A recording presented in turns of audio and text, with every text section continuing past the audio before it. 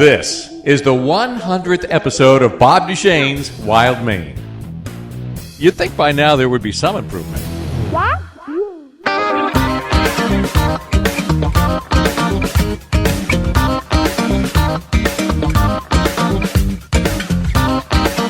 99 times the show has aired before. The 100th is a little goofy because we're going to take a look at all the fish and wildlife issues the Maine legislature is planning to tackle over the next several months. And when I say we, I mean me and George Smith. For 18 years, George was the executive director of the Sportsman's Alliance of Maine. He was the chief lobbyist for the sporting community. Although he's now retired from that, he still follows the issues closely and even gets his friends in the legislature to introduce bills for him. George has been around long enough to be knowledgeably opinionated. Opinions that were often broadcast in the long-running cable TV show Wildfire. The best thing about George? He can get either side of an argument mad at him. Bob Duchense's Wild Maine is brought to you by Hammond Lumber, Dysarts, EBS, and Napa Auto Parts. Well, George Smith, welcome to Bob Duchense's Wild Maine again. Thanks. Love the show. Love being on it. I love having you on it because you're one of those people who can make both sides of a debate mad. Yeah. Well, having had my own TV show, I've often enjoyed taking the opposite position just to keep an argument going. So if we can have good debates and people will think, is that really your views? Well, no, but... No. Well, it's really, to me, and if you want to solve a problem, you've got to understand what both sides are saying. Yeah. There's some people who go into an argument or debate and they only understand their point of view and they're going to push it as hard as they can. They can't even hear the other person. Yeah. And I really think, Bob, that as a successful lobbyist, you have to understand both sides. Mm-hmm. And so that was kind of the training I had for 18 years, sitting around there and getting to know both sides of an issue. And this is one of our favorite times of the year because now we've got all these 1,600 bill titles to speculate about. Whoa. Yep, and that's exactly what this show is going to be about today. We're going to look at some of the bill titles as they have now been filed. Great. Let me give you the, first of all, let me tell you where we are. We're actually in the Augusta Civic Center as we conduct this discussion today at the agricultural trade show that was just take place. And you've just finished doing some book signings with Swome, because you have a book out right now. I do. It's called The Life Lived Outdoors, published by Islandport Press, and Tom Doak of Swome told me to bring a case that I'd sell, and by golly, I did. It was awesome. They were going like hotcakes. Yeah, it was really fun, and people came up who had already bought it and read it, which I really enjoy talking to people who've read it. But it's basically a book of stories about Maine, my family, camp, outdoor activities. And it's been doing really well. Been really pleased. Mm-hmm. So this is all speculation. What happened is these bills got filed by their titles. Yes. Legislators don't write the actual law. What we do is craft the idea, submit it to the Office of the Revisers, who then translates it into legal statutory language, and that's what gets reported out and we argue about in committees. Right. So we have titles now, but a lot of these bills haven't even been drafted yet. Yes. So what today's show is going to do is just look at some of the titles and try to guess what the hell they're trying to do with this bill. Well, as you and I know, there's rarely a new idea at the legislature. So no. We probably, our guesses could be pretty accurate. When I first got to the legislature, which I have to admit, frankly, was 10 years ago now, I thought it was going to be one thing after another, and it's not. Yes. It's the same thing over and over. Exactly. And it's kind of scary to sit in the audience and know that all of these new committee members have no idea that this has been decided and debated many times. Oh, yeah. It's all new. Yeah. And it's not bad because sometimes an idea comes in and it's pathetic. Yes. But it grows over time. You realize what went wrong with that bill. It comes back 2 years later, and some of it's corrected. It still sucks. Well, but I learned, 18 years of lobbying, it's persistence. Yeah. I would get a little bit of a bill maybe, and then add to it the next year and the next year, learn from it and the problems, and just keep advancing. So I've actually put in 7 bills of my own, as you know, and you sponsored the one on marketing, hunting, and fishing. Mm-hmm. And Linda, my wife, asked, does a private citizen put bills in? Well, not usually. But, hey, I was a private citizen for the last 2 years. I had some friends submit bills. Exactly. Absolutely. Yeah, and I know it's perverse, but I still love the legislative process. It's a citizen legislature. Yeah. If you don't know your legislator, you ought to, because that person can help you out through this process. Right. Or at least help you understand what the hell goes on in the State House. As soon as they figure it out. Yeah. And some of it takes a little longer than others. Oh, yes. And you can pick them out right away. Yep. All right. Well, in fact, some of them you can pick them out by their bills.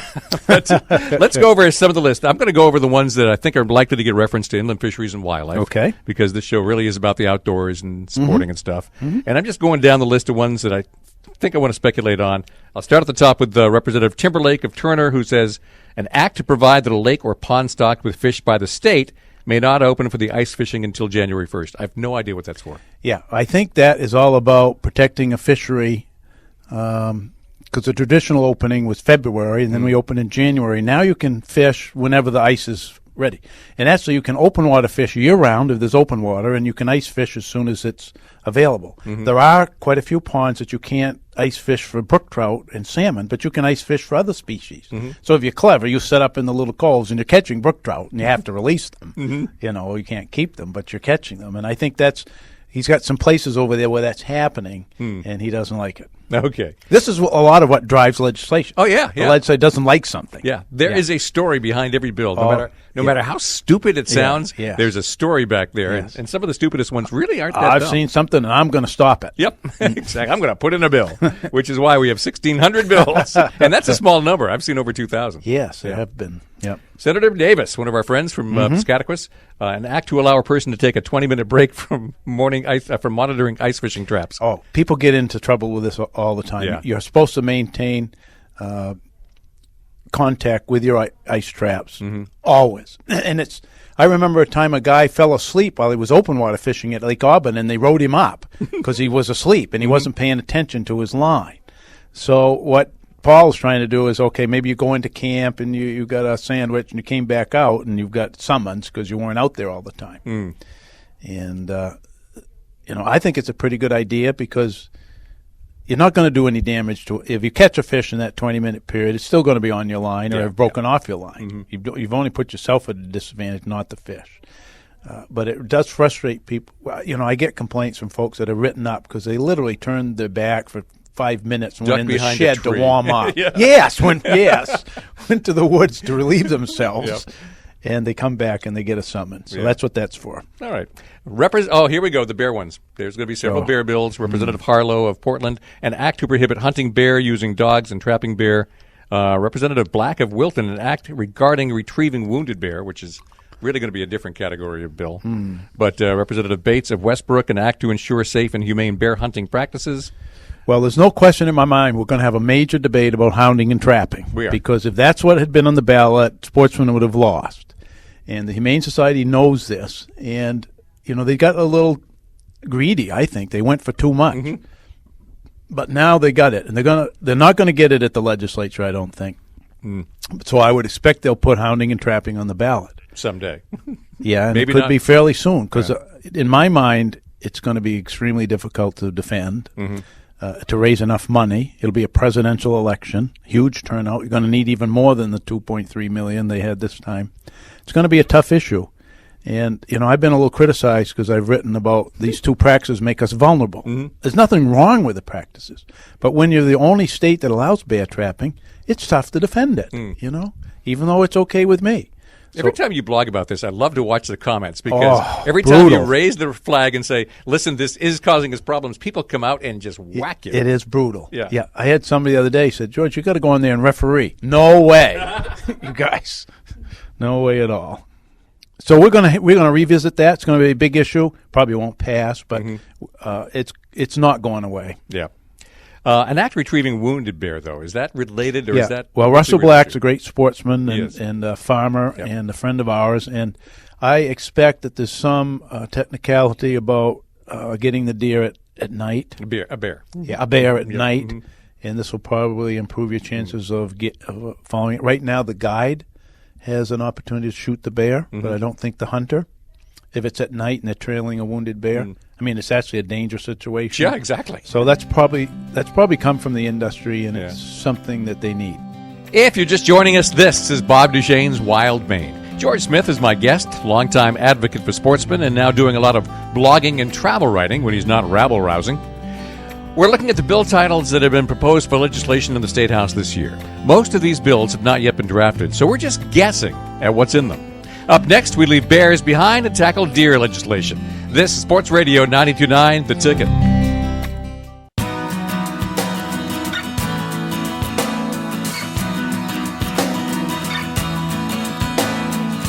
This is Bob Duchenne's Wild Maine on Sports Radio 92.9, The Ticket. The Maine legislature is now in session. So far, there are 67 bills proposed that will probably go to the Inland Fisheries and Wildlife Committee, and many would have an impact on hunting, fishing, and outdoor recreation. George Smith has been following this kind of legislation for decades, and he's helping me guess what will be in these bills once they're drafted and come out for a hearing.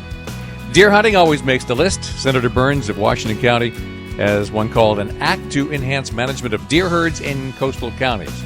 George? It reminded me of the time somebody proposed that we go to Peaks Island in Portland, put all the deer on a boat, and let them out in Washington County. And somebody said, well, a lot of them will die en route. I said, well, if any of them make it, it's going to be a plus because they hired somebody to go out and kill all those deer. And I later found some research that you could actually do that successfully. Is that right? And I don't think that's what the senator has in mind, but clearly the deer herd has not come back in Washington County. We used to shoot more deer in Washington County than any county in the state, sometimes a huge amount more, 5,000 and something at a peak a year. Now they're down to a couple hundred. So whatever plans he's got, it's going to be tough. I mean, there's so much going wrong for deer in Washington County now that I can't wait to hear what his ideas are. Yeah, I can't either because you can look at the Maine Northwoods and say a little over-harvesting of some deer areas, wintering areas, may be part of the problem. We don't have as many deer up there. That's not really so true in Washington County where there's not as much logging. No, and we don't even shoot does there anymore. Yeah. So I'm not exactly sure what the solution is going to be. Representative Wood, who's a registered Maine guide, he's from Sabattis. He puts in a lot of bills, and he's on the committee. An act concerning antler restrictions. This is a big one. They've done it in other states like Pennsylvania where it's been hugely successful. Vermont did it. What it means is you can't shoot the little bucks, the 2 tines or 3 tines, and usually it's 3. 3 points or greater you can shoot. And it does. There's plenty of evidence that it works in other places. Now, I've argued with our former deer biologist, Jerry Levine, about it for years. He doesn't think it'll work very well in Maine. And what happens is that you shoot a lot of the year-and-a-half deer that are just beyond that, and you still don't end up with bigger deer, says Jerry. But I have seen evidence that it really does work in other. Pennsylvania has really improved their herd with a lot more big bucks with this kind of thing. And it's been in the legislature and at the department for years without much traction, but I'm hearing from more and more people who think we maybe need to try it. Okay. So this is a big issue. Yep. An act to allow the transfer of moose permits between family members. Senator Miramont of Knox is putting that in. Well, it's the same route we started with deer. Yeah. And now you can, bills I put in, now you can transfer your any deer permit to any other hunter. And I don't really have any problem with the transferring moose permits. You know, you can now, in an official capacity, let's say you've got one and somebody's got one in another part of the state and you want to swap, you can swap. But you can't get it to somebody who didn't win. So now we're starting down that road. Yeah. It reminded me of the fellow, a lobsterman in Rockport, who went to the local nursing home and got all of those people to apply with him as a sub-permittee. And one of them won. And by golly, he got that person out of the nursing home and took that fellow moose hunting. And I mean, it was a great positive story. But how clever is that? That's really wicked good. Yeah. Here's a funny one. Representative Martin of Sinclair, a resolve to study the impact of winter ticks on the state's moose population. For those who don't know, Representative Martin of Sinclair used to be the IFNW commissioner, and a lot of this tick stuff came up under his watch. So what's he doing with this bill? Well, it's a good question because it took them 6 years to start the research that we just started last winter. And they finally got enough money. I mean, it was only like $3,000. It was ridiculous they didn't start. New Hampshire had been doing research for years. And anyways, what we found out is that half the moose they tagged died, and 80% of the calves that they tagged died. Ticks are a huge problem.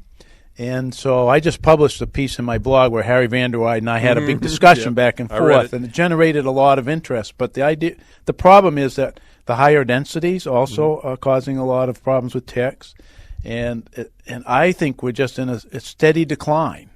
So this bill is really going to give us a great opportunity to discuss this whole moose thing. Yep. We'll get Lee Cantor, is a really good biologist. He'll be down there telling us what he found out this winter. You know, he's been doing the flyovers lately, and I'm anxious to hear it all. He'll probably tell you we're doing enough research, but I don't think we know nearly enough about what's happening with the moose herd. Yeah. I've talked to Lee a lot, and I really respect him. I think he's a wise guy. I frustrate him a lot with my writings. Of course you do.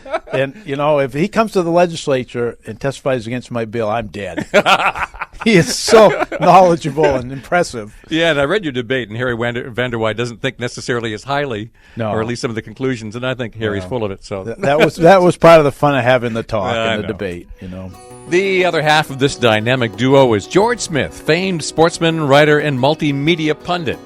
This is Bob Duchenne's Wild Maine. I'm Bob, and we're looking at some of the legislation that is going to go to hearing over the next several months in the State House.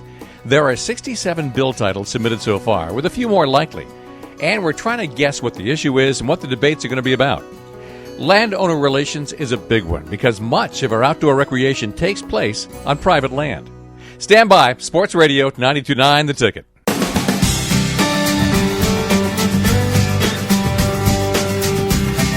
This is Bob Duchenne's Wild Maine on Sports Radio 92.9 The Ticket. Saturday mornings at 9, Sunday mornings at 8. On today's show, George Smith is my guest. For 18 years, he was the executive director of the Sportsman's Alliance of Maine. And for much of that time, he hosted a cable television show called Wildfire. Nowadays, he writes, he blogs, and he stirs up trouble, often where trouble needs to be stirred up. For instance, 10% of the sporting and outdoor recreation bills to be heard in the legislature this year were dreamed up by George, and he just suckered legislators like myself into sponsoring them. Representative Ellie Espling is the House Assistant Minority Leader, and she's got a bill in that is titled, An Act to Expand the Landowner Relations Program at IF&W, George. That happens to be my bill, and thanks for bringing it up. I knew I recognized that from somewhere. We have worked for more than 10 years, especially Tom Doak at the Small Woodland Owners and I, to expand this program. We started out in the Warden Service. 10 years ago, a national company said it's the wrong place for it. We moved it to the Bureau of Parks and Lands. We moved it back into the Fish and Wildlife Commissioner's office. And this year, they moved it back to the Warden Service. I think Rick LaFlamme there is off to a great start. He's got lots of energy, but he's one guy, and it is not a law enforcement function. It's much bigger. So with Tom Doak's help, I've created a bill that would really expand landowner relations, and not just at the department, but statewide, with a commission of groups like Audubon and SAM that would direct the program.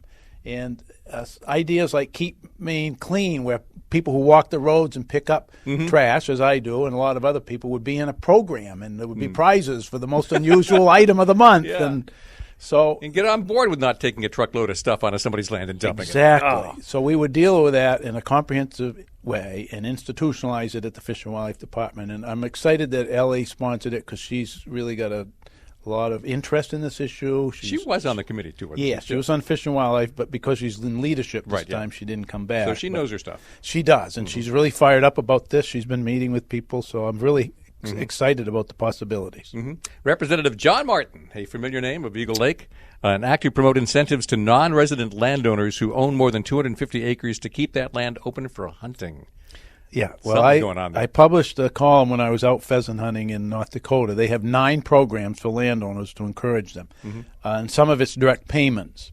And I'm hoping that bill of John's, I don't know specifically his idea, but will give us a chance to look at all the other states. The problem is that we're getting it for free. We've always gotten it for free. The landowner doesn't own the game, and there's all these complicating issues.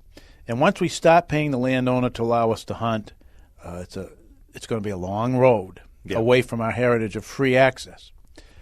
Which is really why the landowner relationship program is so important. Yes, but the other part of it, Bob, is I've always said if there was if deer and brook trout were valuable to a landowner, we'd have all we wanted. Yes. But they are not only not valuable, but they're a problem.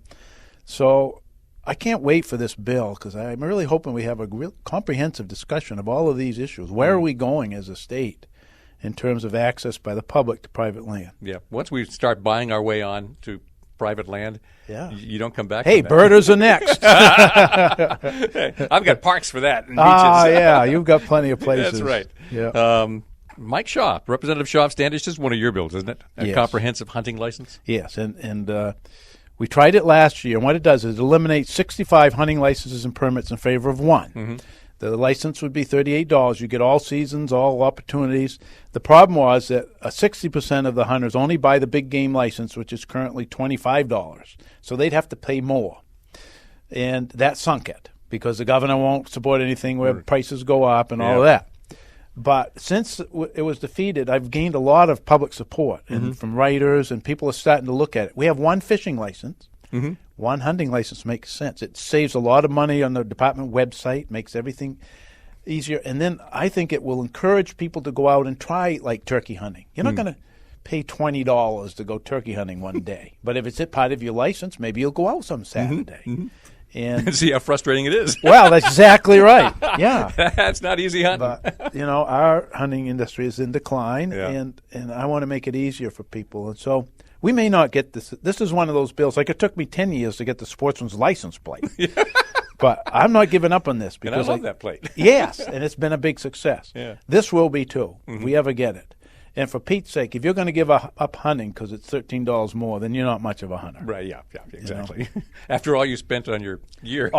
Your shells now cost more than that. I know it. Senator Davis has another one in an act to allow non-resident college students to obtain resident hunting, fishing, and trapping licenses. Personally, I love this bill. Yes, and as you know, you and I have talked about this marketing bill that we're working on, and it's the same idea to repackage the cost of licenses and permits for out-of-staters to bring them here. And I'm all for this. I think it's a good start in that road. It'll get them a better chance. I'll tell you an example. My son, who lives and works in Massachusetts, came up to fish.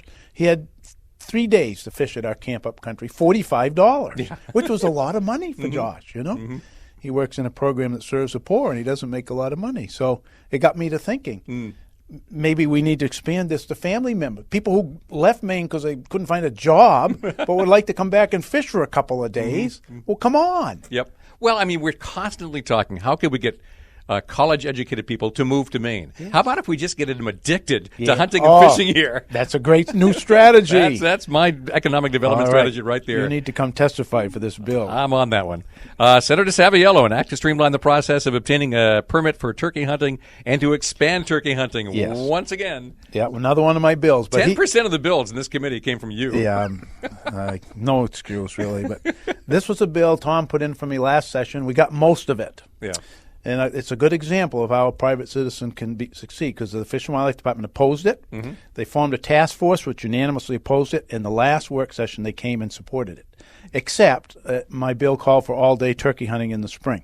They said, well, we'll go with the first 2 weeks, but we can't support the rest. And Mike Shaw said, well, if it's good for the first 2 weeks, it's good for the whole season, and we did it. The things I didn't get is eliminate the fee. I cut it in half. I will eliminate. And I want to go to online phone-in tagging.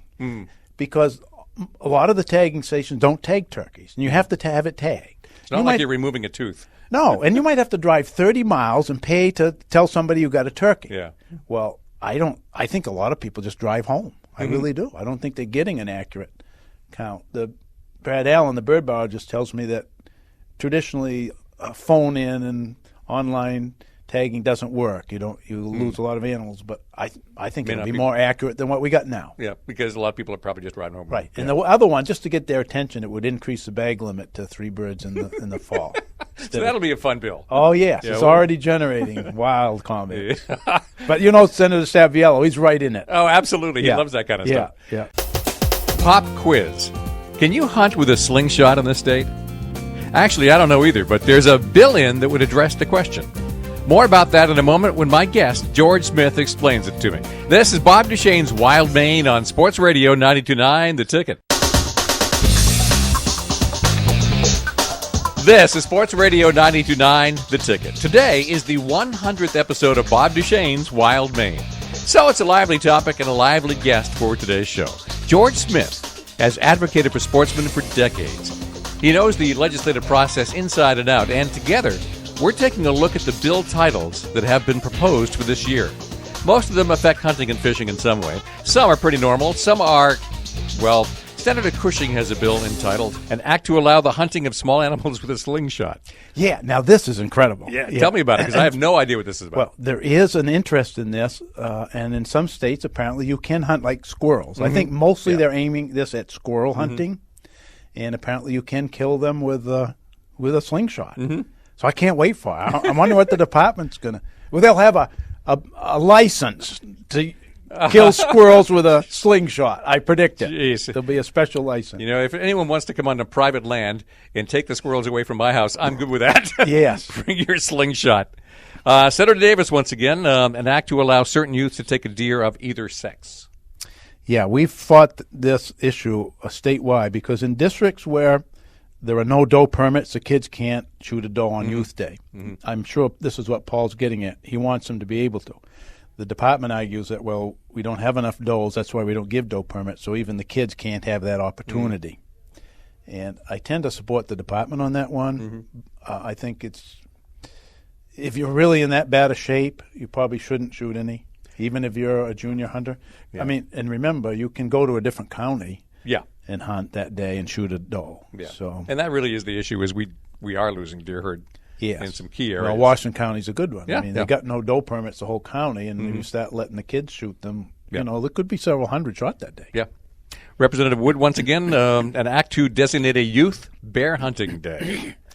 Well, we have youth turkey and youth deer. I expect the Humane Society and Sam will all be duking it out over the youth bear day. Yeah, that one's just for sport, I think. I would question it because I don't think youth will need a special day to go bear hunting. Like my friend Harry Vanderwey took his adult daughter for the first time bear hunting, and she got a bear, and it was very exciting. But you basically have to invest a few days. You know, I just don't think the concept works. Plus, the less said about bear honestly, I know. Session, the better. Yeah, just let it lie for a little while. Yes. We got to sort all this out. It's going to take some time to do it right. Representative Wood, once again, an act to allow the use of suppressors for hunting certain wildlife. Yeah, this is becoming an issue, too, as well as drones. Now, in New Hampshire, they've got a proposal right now to prohibit you from hunting from drones. I put in a bill a few years ago when it started to become possible to use your computer in Maine and shoot a hog in Texas. Yeah, I remember that. We made that illegal in Maine, and I think we need to move ahead on drones. Right now, you can't scout let's say moose from an airplane, and somebody got arrested for it this year, a guide. But you know, could you do it with a drone and pass the law? Yes, I think you could, and you can even shoot from the drone. That's what really worries me. Yeah. Now suppressors are something I'm not that familiar with, but Bob Humphrey just had a great column about it in the Telegram, and apparently it's it reduces the noise somewhat, and I guess it's a good thing to have. They're illegal in Maine, and I'm not sure why they're illegal. But the flip side will be, well, if it reduces the noise, it'll be really effective at night hunting. Yeah. So I think that's where we'll head on that. I think you might be exactly right. Plus, personally, I want to hear the noise. It's nice to know when there are hunters in my area. Yeah, I think that's... And I don't get afraid of it. That's right. Yeah, I'd be a little more nervous about people silently hunting, maybe getting a little closer than they should to their houses. Come on to Mount Vernon and deer season, and usually I wake up in the morning to a gunshot. Yeah. I'm on Pushout Lake. I hear the ducks going down across the lake all throughout the autumn. Yeah. Well, here's one with a title that makes you scratch your head, and you think there must be something behind it that is not being quite revealed yet. Representative Ricky Long up in Sherman, an act to allow hunters to wear pink instead of hunter orange in October in recognition of Breast Cancer Awareness Month. I am not testifying on that bill. No way. What is his? Is this legit? Is that what he's trying to accomplish, or is there something else? I hope he's sincere. Yeah. I mean, it's not something to joke about. No, it's not. But obviously, orange, and the particular orange we require, is there for great visibility. Right. Now, you can still wear some pink to honor that program without wearing a whole pink vest. And so I really don't know where he's headed, but I don't think it's a good idea. It's a head scratcher. Yeah. But he's a fairly responsible guy, so I know it. So I really wondered when I saw that what he has in mind. He's got something in there. An act to prohibit bear hunting in spring. Representative Harlow has that one in again. So. Yeah, and I don't understand it because we already don't. It's already prohibited. Yeah, but the Indian tribes Indians do it, can, right? And she can't stop that. We can't stop their spring hunts on their territory. So I really don't know what she's got in mind. Yeah, is that in statute right now that you can't hunt in spring, or is that just? Well, that's what I'm wondering. That's rule. Oh, I remember when the legislature prohibited it. It says in the statute. Yeah, it was a knockdown, drag-out fight at the time. Yeah. Well, some people don't even realize what they're doing when they put it in a bill. So. Well, the problem is that springtime's the best time to hunt bears. Yeah. Well, they're hungry. They're a little easier to see. And they're robust. And in most states, and Canada's got a huge industry. My friends, the good ones up in Patton, when they lost their deer hunting, went to their fishing camp in Ontario and opened up a spring bear hunt, which is very successful for them. So the only thing they're able to do now in Maine is fall bear hunting. Yeah, right. Because, they used to have over 100 deer hunters, and they got down to 9 because the deer disappeared. Yep. Senator Volk, here's a good one. An act to spur job creation and strengthen Maine's deer herd by allowing Sunday hunting for coyotes in northern Maine. Well, I like Amy Volk. She's smart, and I like her husband. He's a book writer. I've been on his radio show. and It's a clever bill to get Sunday hunting going in the state. And I'll just tell you that in my 18 years at SAM, I tried everything you can imagine. One year I came down with North Maine Woods, supported it just in their area, couldn't get it. The year I got the Governor Baldacci to put it in his budget, I was the only one that testified for it. The snowmobilers, the bow hunters, the guides, all opposed it in lockstep with the landowners. Right. I gave up. That was my best effort. And I've given up on it now. It puts us at a disadvantage because New Hampshire, Massachusetts, New York have it, and they're capturing those non-resident weekend hunters. We're not going to capture them, but I'm okay with it personally. And I just think now, from a day when we might have been able to get it because we were really a majority, so many people hunted, to a day now where we have to be much more conscious of what the public wants and the landowners want. Sunday hunting bills make me cringe. So Even shooting coyotes in northern Maine is going to be just viewed as getting the camel's nose out of the tent. You can hunt them at night, which is the most productive way. You don't really need Sundays. Senator Burns has one, an act to increase economic development. But I just want to go back. And Senator Volk is not proposing it in her district down in Cumberland County. That's the funny part. It's like, of all people to put this bill in. Yeah, Scarborough. Senator Burns again, an act to increase economic development in rural communities by expanding hunting opportunities. Sunday bill or... Well, I think it's a Sunday bill because there aren't too many hunting opportunities that we're not already taking advantage of. And, I mean, this is one area where the department's done a good job with the expanding turkey opportunities, and there's a number of other species. Grouse hunting is growing in popularity. So I think we've maximized our opportunities, really. Yeah. Representative McCabe of Skowhegan, an act to promote hunting and fishing in Maine. Is that yours?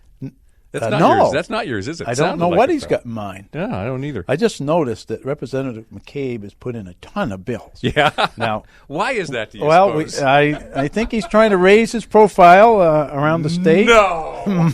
Might be thinking of running for Congress. Well, I guess that secret is out. So there's one title I wanted to mention, which is going to be quite a big issue. It's Representative Gary Hilliard. He's my rep, new guy from Belgrade. But it's an act to lower the hunting age for junior hunters. He wants hunting to start at age 8. Right now you have to be 10.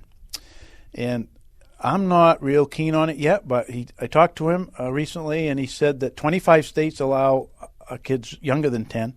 13 don't even have an age limit. So this is a common practice. He's got data that show that this group of kids have far lower accident rate than adults. And so he's going to bring in a compelling argument. And I'll tell you, like, my grandson is 8, and he is just dying to go hunting. This year I thought I'd get him to call the turkeys. But it really wouldn't be a problem if he shot one. I mean, I'd be responsible for him. He's sitting there. He would be. So, but it's going to be a contentious issue, I think. Yeah. Well, I was surprised at how young the kids over at the fishing game, Children's Youth Fishing Game, MIFGA, they start kids at the firing range pretty darn young over there with just a tremendous learning opportunity of responsibility with firearms. I love it. Yeah. I'm doing 10 afternoons with 4th graders at Mount Vernon Elementary, and I had them do a news story. And one little girl's news story was that she had just won a shooting contest at the Augusta range in the 4th grade. I loved it. Beating all the boys. Yes, right. I loved it. I loved it. Here's a good one. Representative Duchesne of Hudson. I've heard of him. An act to market Maine's hunting and fishing opportunities. Well, first of all, after being term limit out of the legislature, I question your judgment in coming back. I got to say that. No kidding. So do I. But you're back, so we might as well put you to work. So I asked you to work with me on this marketing bill, and you know very well as a birding guide and author that we have failed our state at every level in terms of marketing. We've lost our markets, especially for hunting and fishing. You never pick up a national magazine now and read a story about Maine. And you used to. It doesn't happen. Yeah. So the department, Bill Pierce left, I think 8 years ago. He was a marketing guy. They abolished his job. So now if the Fish and Wildlife Department gets to go into any out-of-state shows, it's a tourism commission pays their way. Mm-hmm. They spend maybe $20,000. But because the industry is so small and scattered, they have trouble advertising themselves, and we would need some leadership from either tourism or the department, or preferably both. Mm-hmm. So as you know, you and I have met with tourism people, with the Fish and Wildlife Department, and maybe it'll come down to money, but I don't think it's even just about money. Do you? No, there was some traction. I mean, good legislators, and that includes most of them, really work on the bill and try to find something that's acceptable to everybody and get good policy passed. And in our case, we did sit down with the Maine Office of Tourism and say, what are you doing about hunting and stuff?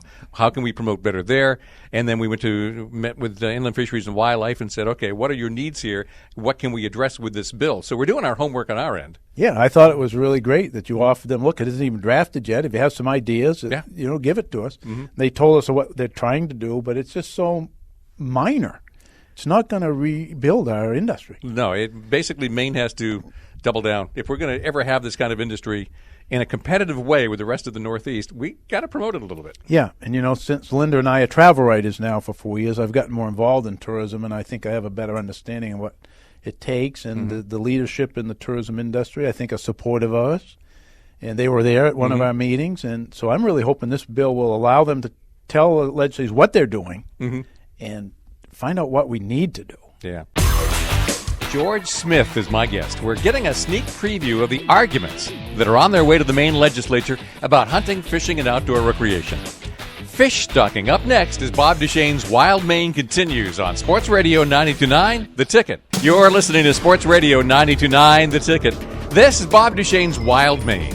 George Smith is my guest. George knows what you might not.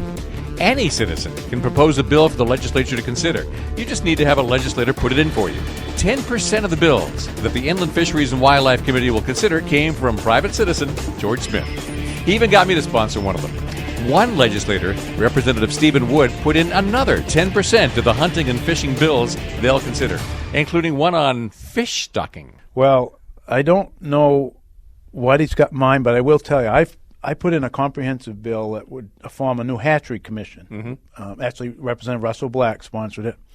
And 10 years ago, we had a hatchery commission. It was quite successful. I want to revisit it. But people don't understand that if you look at the catch rate, now let's say they stock a pond, Pureway, Pushaw, and then they look at how many fish are actually caught. The actual caught fish have cost $60 to $80 because a lot of them are never caught. And so hatcheries are very expensive. And 10 years ago, we recommended consolidating from 7 or 8 facilities to one really good one, like Vermont did, much more efficient. We chose not to do that, but I question the costs and the methods they're using. So I want to just get the experts together again and look at what other states are doing, what we're spending, what the true costs are, and see if we have some recommendations. That sounds just too thoughtful. We don't do thoughtful. Well, yes, I know. True. Yeah. Speaking of which, Representative Pulley out of Augusta has an act to create an advisory committee to review and make recommendations regarding hunting and fishing. Another one of my bills, actually. Is it? Okay. Yes. Matt, after he read my first blog about my bills, asked if he could sponsor it, and he's working hard on it, getting co-sponsors even today. And what it does is, when I was at SAM, we had a process called the Pickering Commission, where occasionally we would get everybody together and look at hunting rules or fishing rules and make recommendations. And when I left 4 years ago, they stopped doing it. I did the last one the month after I left, and they didn't put in the bills that the commission recommended. So it was very important. We changed hundreds of hunting laws, especially, for example, you used to not be able to walk across the road with your gun loaded. You had to unload. So stuff like that. We were constantly improving things like that. So this institutionalizes the process. It includes SAM and a commission that's more or less permanently in place, and the department gets to pick the people, but 1 year they do hunting and 1 year they do fishing, look at all the rules, try to come up with some improvements, and every year they would survey their customers to see if they're having some problems with the hunting laws and rules, which I think is an important part of it. So we'll see. Yeah. There's already a wildlife advisory committee, though. Yeah, but they don't review. They act on proposals from the department. Yeah. They don't ever look at it comprehensively, which is the value of the Pickering Commission. In the department, we had a warden. The Deputy Commissioner Andrea Erskine was on it always, and really it was a fabulous process. Senator Davis once again to establish a working group to review the incidental take permitting process under the Maine Endangered Species Law. This one sounds troubling. Well, we've had the controversy about lynx, and after 10 years, the department got an incidental take permit so that trappers could continue with the restrictions that we'd given up in a court case years ago. But if they accidentally caught a lynx, they would be all right until we kill 3. And all of a sudden, first 2 weeks, they killed 2. 2, yeah. And so now they've had to tighten up again. And I suspect this is going to be about that. But it's a federal process. I don't know what we can do at the state. Paul might be headed down the road to force the department to be more aggressive in making a case that the lynx shouldn't be listed. I think they should have started on that years ago, because I'm pretty convinced lynx are at a very high level right now, and they very much follow the rabbit population. That's basically all they eat.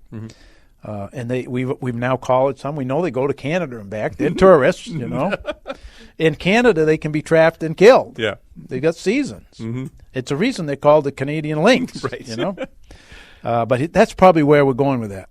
Okay.